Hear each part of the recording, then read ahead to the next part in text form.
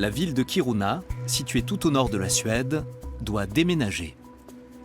Elle a même prévu de déplacer son église emblématique. Un événement spectaculaire. J'ai hâte. C'est un jour historique, à marquer d'une pierre blanche.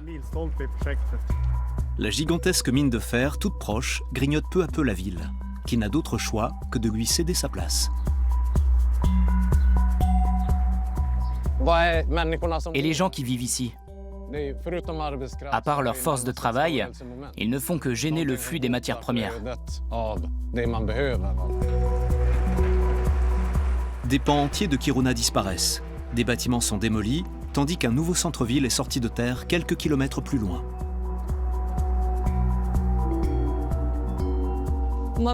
J'ai envie de crier. Vous ne voyez pas ce qui arrive au reste de Kiruna?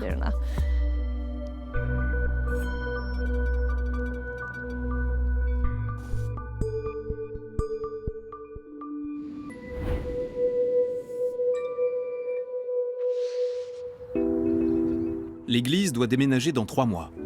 Elle est le symbole incontesté de Kiruna et a été élue plus beau bâtiment du pays.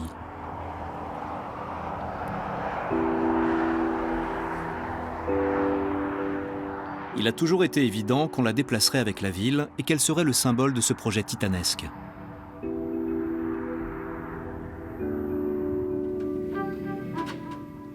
Depuis 1 an, le célèbre édifice en bois est en chantier. Il a été presque entièrement vidé. Seul l'orgue et le retable restent sur place. Quant à l'échafaudage, il sera retiré avant qu'elle n'entame son voyage. Le déplacement de la ville, qui dépasse de loin le simple transfert de l'église, touche profondément la vie des habitants.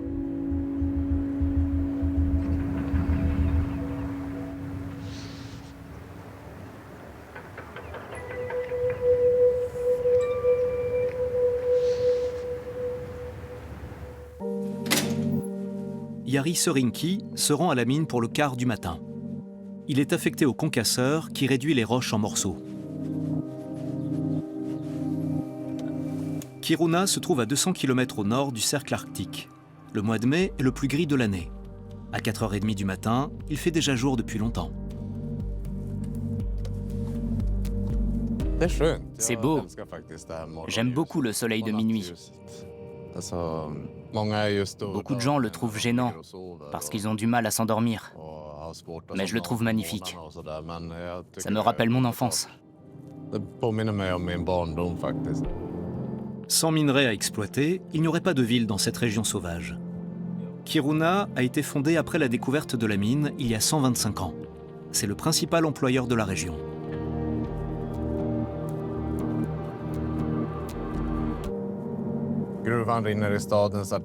La mine coule dans les artères de la ville. Elle dépend de nous comme nous d'elle. Mais je trouve que notre employeur ne se rend pas compte de la chance qu'il a d'avoir des salariés solidaires et dévoués. La compagnie minière LKAB est entièrement détenue par l'État suédois. Elle a toujours dirigé la vie de la ville.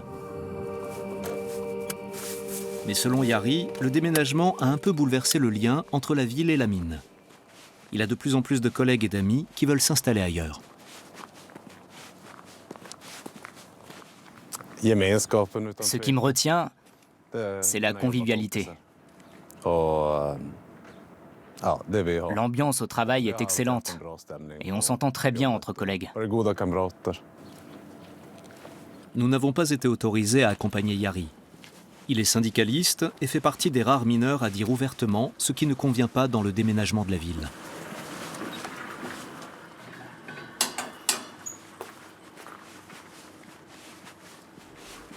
La mine s'est inexorablement rapprochée de Kiruna. Le minerai plonge en diagonale dans la roche en direction de la ville. Il est extrait de la montagne grâce à des explosions souterraines. C'est pourquoi un tiers de la ville doit disparaître. Même l'ancien centre-ville doit s'incliner.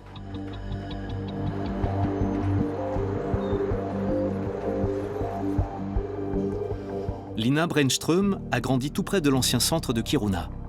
Aujourd'hui, elle le reconnaît à peine. Presque tous les bâtiments sont vides.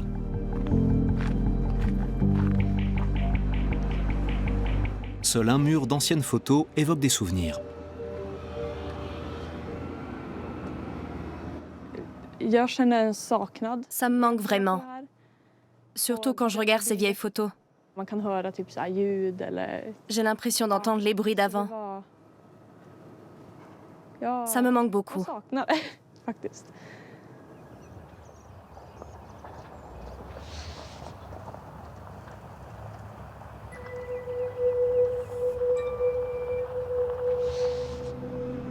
La décision de déménager la ville a été prise il y a plus de 20 ans.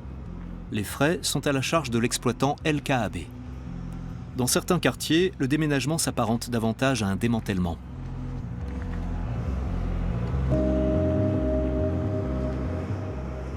C'est vraiment triste. Un jour, je suis restée coincée dans un ascenseur. C'est un mauvais souvenir, mais peu importe. Tous ces souvenirs sont en train d'être effacés. Il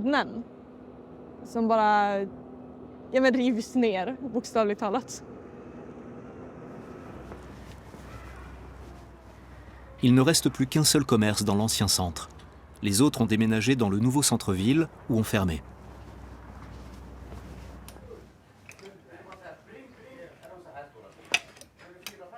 Lina venait souvent traîner ici avec ses amis. Bonjour. Bonjour. J'aime votre boutique. J'achète toujours quelque chose. Combien de temps vous allez rester ici? Le contrat de location court jusqu'au 30 septembre. Je vois. Il est prolongé de mois en mois parce qu'on ne sait pas à quelle vitesse les démolitions vont avancer. Chaque commerce doit être relocalisé, mais celui-ci n'a pas encore reçu de proposition appropriée.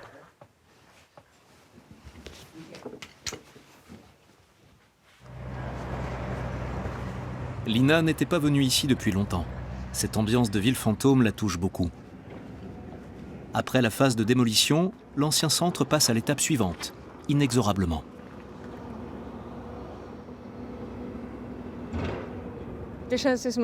On croirait qu'il y a eu une guerre. Tout a disparu. On nous a fait tellement de promesses, de beaux discours, mais il ne reste plus que des gravats.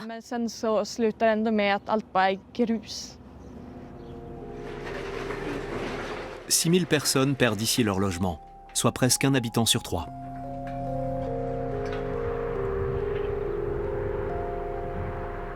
Yari prend le petit déjeuner avec sa femme Karine et leurs 2 fils avant de partir à l'école. T'es fatigué? Oui. C'est normal. Le couple pensait vivre paisiblement dans cette ville de 20 000 habitants. Il comptait envoyer ses enfants à l'école du coin, mais avant même les inscriptions, l'établissement avait fermé.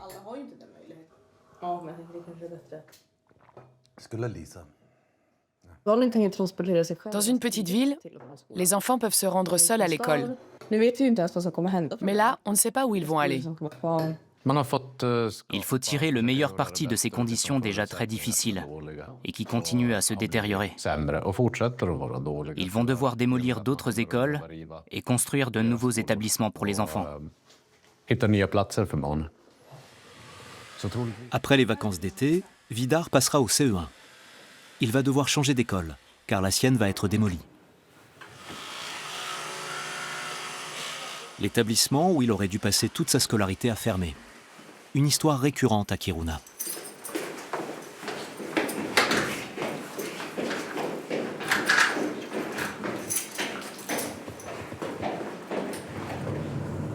Maman, l'été, les chiens font toujours comme ça. Oui, parce qu'ils ont chaud.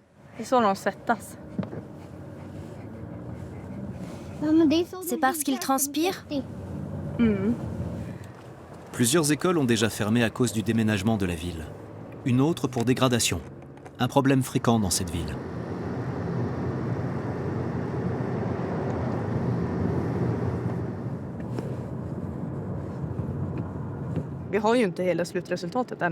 On ne sait pas où on va, ce que ça va donner. Nos enfants vont en pâtir s'ils doivent naviguer d'une école à l'autre. Après 10 minutes de route, ils arrivent à l'école d'Oliver.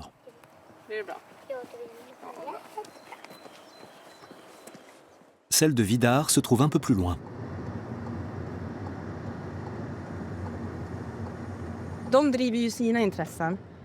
Ils défendent leurs intérêts. Avant, ils pouvaient le faire en dehors de la ville. Maintenant, ils veulent exploiter le minerai dans la ville. Et on comprend leurs priorités. Nous, les habitants, on ne compte pas. C'est l'extraction du minerai qui prime.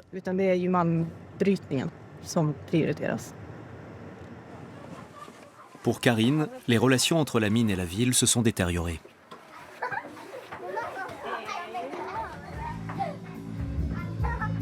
Un bâtiment qui devrait bientôt être démoli abrite le club associatif Tusen-Tønner, 1000 tons, une véritable institution à Kiruna.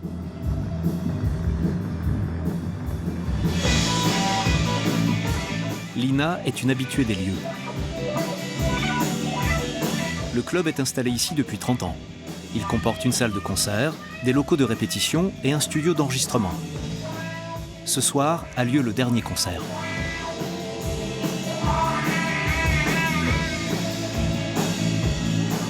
Dans quelques jours, l'électricité sera coupée.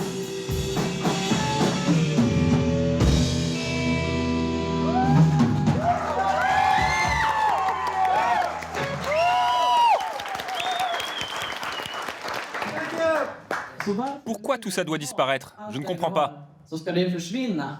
Le déménagement de la ville ne doit pas faire taire la vie musicale à Kiruna.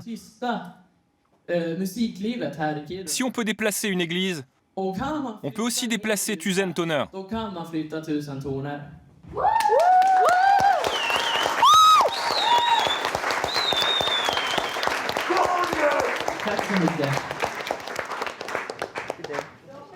C'est ici que Lina a rencontré son petit ami Robin.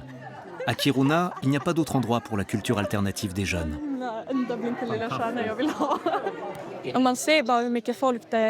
Regardez tous les gens qui sont venus.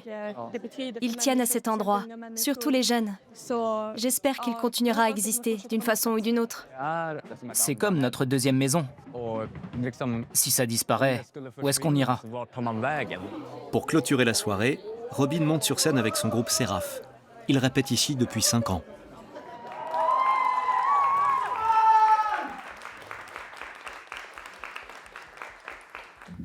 Je voulais parler du club, mais je suis trop ému. Et je trouve pas mes mots.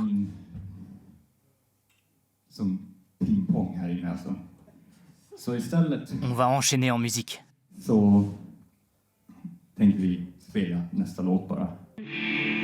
Exprimez votre soutien à ce lieu qu'il mérite.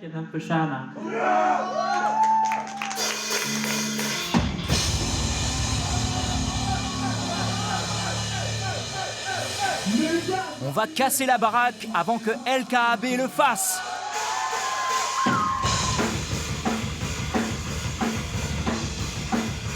Le bâtiment a beau être classé monument historique, il n'est pas prévu de le déplacer. Et aucune solution durable n'a encore été proposée.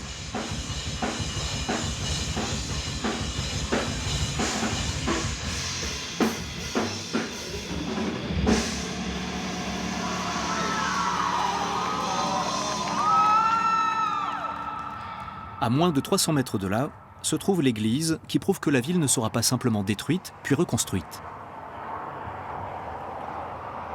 LKAB a chargé Stefan Holmblatt Johansson de la mener à bon port.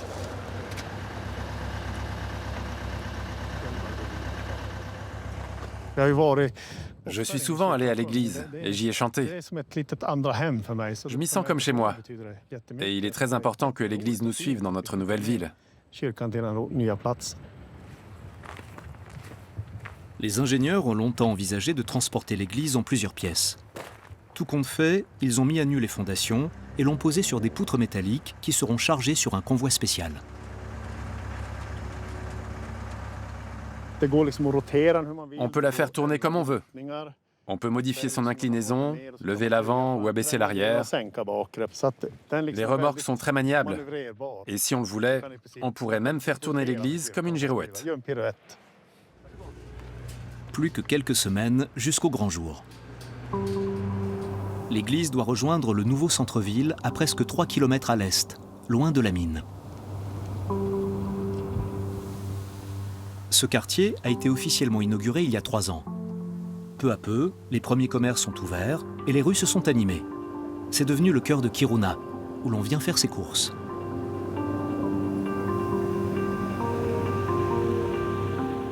Elle est plutôt cool. Oui, mais pas pour aller en forêt. Il ne pourra la porter qu'à l'école. Pour faire du shopping, Yari et Karine doivent eux aussi se rendre dans le nouveau Kiruna.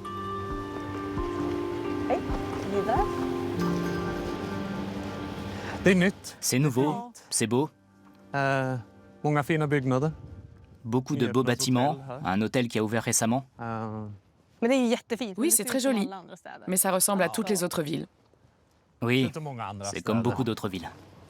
Quelques vieux bâtiments donnent de la couleur locale juste à côté de la nouvelle ville.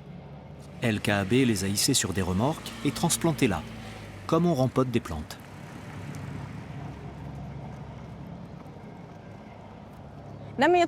C'est bien qu'ils aient transféré les anciens bâtiments. Ils ne sont pas encore complètement intégrés, mais une fois que les travaux seront terminés, ce sera sûrement très beau. Moi aussi, je trouve ça important. Une grande partie du patrimoine culturel a été perdue avec le déménagement. C'est une bonne chose d'en avoir au moins sauvé une partie. La nouvelle ville est compacte, conçue d'un seul tenant par un cabinet d'architectes. Elle est censée être durable et évidemment mieux que l'ancienne. Dans l'ensemble, elle ressemble à un centre commercial.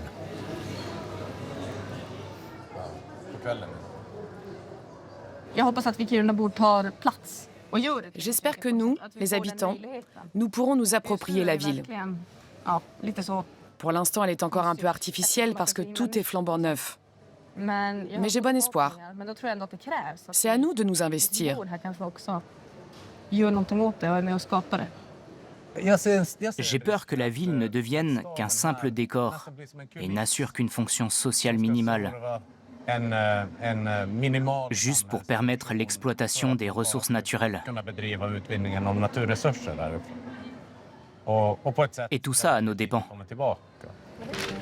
Les énormes profits de l'extraction de minerais et leur destination, c'est un sujet brûlant à Kiruna.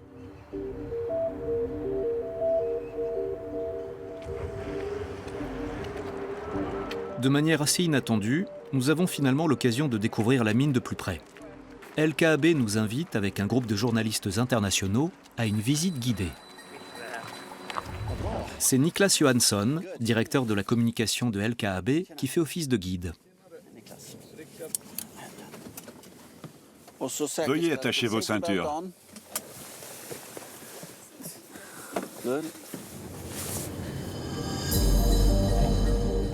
La mine de Kiruna est la plus grande exploitation souterraine de minerais au monde. Elle extrait à elle seule presque la moitié de la production de fer de l'Union européenne, enfouie profondément sous terre.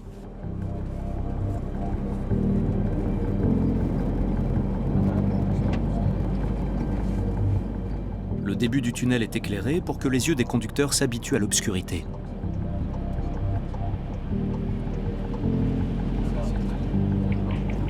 Tous ceux qui travaillent ici prennent cette route en voiture. Seul le minerai prend l'ascenseur. Un labyrinthe impressionnant de routes se déploie sous nos yeux.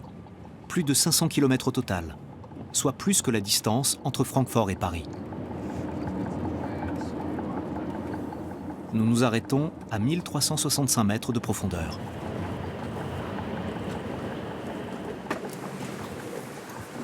À ce niveau, le minerai est extrait par dynamitage.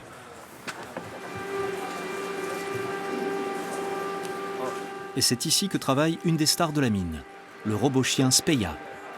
Il ne manque aucune visite guidée. Après chaque dynamitage, le robot est envoyé dans la galerie pour vérifier que tout est en ordre et que le minerai peut être récupéré.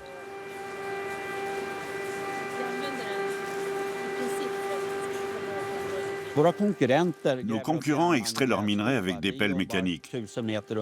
Nous, on travaille à 1000 mètres sous terre. On doit donc être à la pointe de la technologie pour rester compétitif. En gagnant en profondeur, l'extraction devient plus complexe. Dans 10 ou 20 ans, elle ne sera peut-être plus rentable. L'exploitant place de grands espoirs dans un gisement découvert récemment. Pour l'atteindre, il creuse un tunnel sous la ville, sur près de 9 km.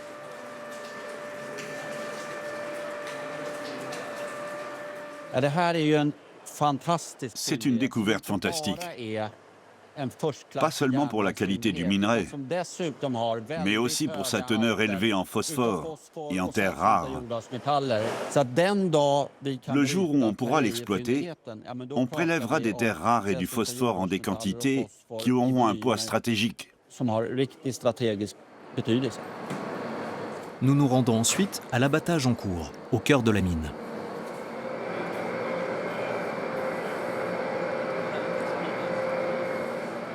Les pelleteuses qui extraient le minerai des galeries sont pilotées depuis cette salle.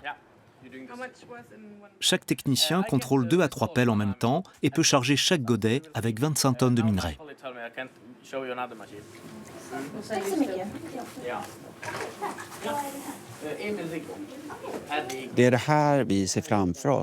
Notre objectif est de continuer à fournir l'industrie européenne en acier, tout en extrayant des terres rares qui ne sont pas du tout exploitées en Europe. La Chine contrôle pratiquement tout le marché. Le message, la mine travaille pour la prospérité de toute l'Europe et pour son indépendance vis-à-vis de la Russie et de la Chine. Un train après l'autre quitte la gare de la mine, chargé de minerais. Assez pour construire l'équivalent de 6 tours Eiffel chaque jour. Il n'a jamais été vraiment question d'arrêter l'exploitation parce qu'elle empiétait sur la ville.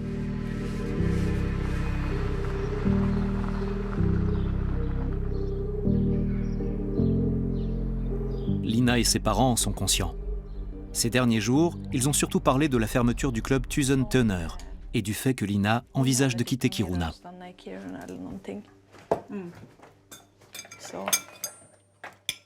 Qu'est-ce qui t'inciterait à rester ici? Je ne sais pas trop. Peut-être que la culture soit vraiment prise au sérieux. Je veux dire, tous les types de culture, pour toutes les tranches d'âge. LKAB gagne des sommes astronomiques. On se demande où va tout cet argent. Il ne reste certainement pas à Kiruna. Car s'il y avait plus d'argent, la culture pourrait continuer à vivre. Tout n'est souvent qu'une question d'argent. De l'argent, il y en a, mais il est réinvesti à Stockholm. La mine est une véritable vache à lait pour l'État suédois. Le nord de la Suède est considéré comme une colonie depuis des centaines d'années. C'est dommage, car Kiruna aurait le potentiel d'être une ville super sympa. Mais la cupidité a tout gâché. Beaucoup de ses amis envisagent de quitter la ville.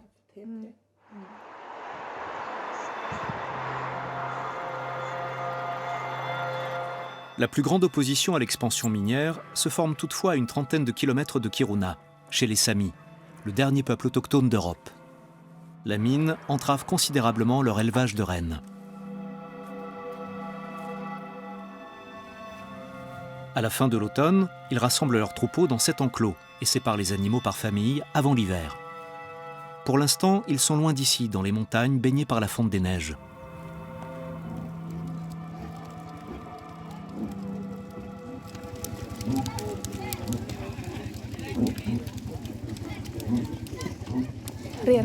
Les rennes trouvent leur nourriture eux-mêmes. Cette région polaire est assez aride. Les animaux doivent laisser reposer les pâturages. Ils ont besoin de grands territoires et doivent pouvoir se déplacer d'un endroit à l'autre.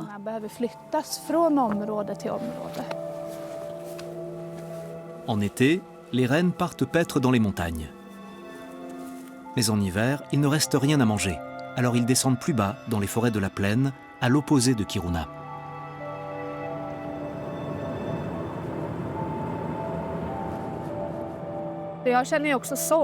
Chaque fois que je m'approche de Kiruna, je suis triste de voir la fumée dans le ciel. La saleté de la ville Et tous les vieux bâtiments qui ont été démolis.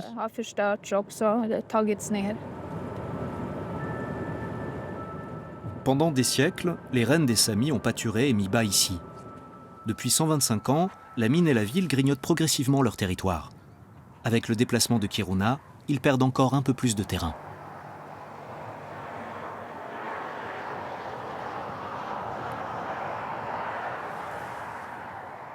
Je ne comprends pas que ça ait pu aller aussi loin.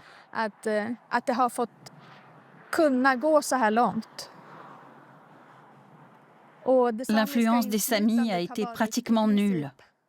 Nous n'avons pas pu nous exprimer ni donner notre avis. Nous n'avons pas eu droit à la parole.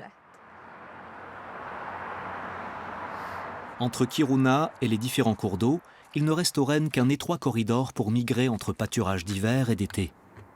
Avec la nouvelle mine de terres rares, ce chemin serait barré, perdu à jamais.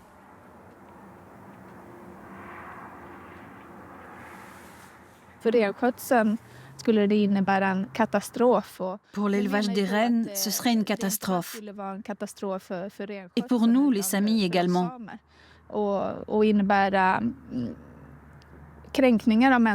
Sans parler d'une violation des droits de l'homme, comme nous ne l'avons jamais connue dans l'histoire récente. Ni en Suède, ni dans l'UE.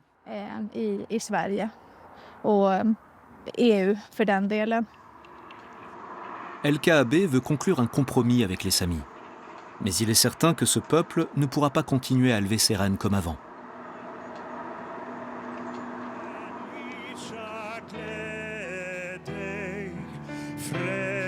Le 19 août, le grand jour est arrivé. L'église de Kiruna déménage devant des journalistes venus de toute l'Europe.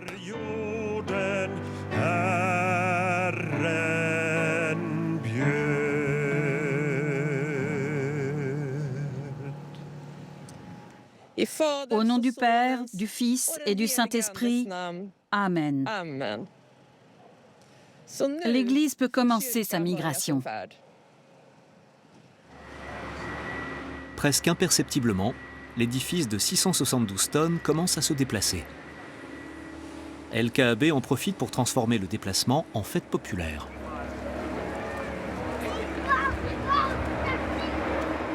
Yari est venu voir le spectacle en famille. Regarde, on pourrait faire du skateboard sous l'église.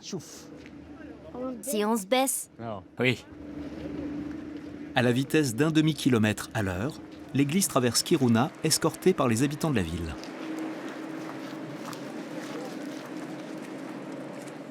Les parents de Lina se sont mariés dans cette église et y ont fait baptiser leurs enfants. Ils ont le cœur serré.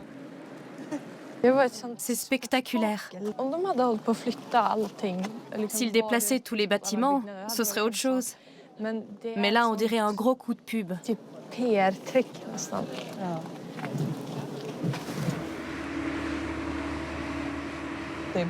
C'est bien qu'elle soit déplacée. Si elle avait été démolie, j'aurais quitté la ville immédiatement. On est d'accord là-dessus. Oui, moi aussi. Je suis content qu'elle bouge. Et les ingénieurs font un travail fantastique. LKAB a dépensé plus de 45 millions d'euros pour déplacer l'église. De l'argent bien investi, car sans l'église, le déménagement de la ville n'aurait probablement pas eu lieu. Je suis très content qu'elle soit déplacée. Mais je ne pense pas que ça va changer l'avenir de Kiruna. Les bâtiments ne sont pas importants. Ce qui compte, ce sont les gens et l'idée qu'on se fait de la ville. Que restera-t-il de Kiruna quand les enfants de Yari seront adultes? Visiblement, beaucoup moins que ce que l'on pensait. Car pendant que l'église parcourt ses derniers mètres, les plans de LKAB sont déjà prêts. Une semaine plus tard, l'entreprise annonce qu'un autre tiers de la ville doit disparaître. Le scénario se répète. Cette nouvelle n'aurait pas été aussi bien accueillie si l'église n'avait pas été déplacée.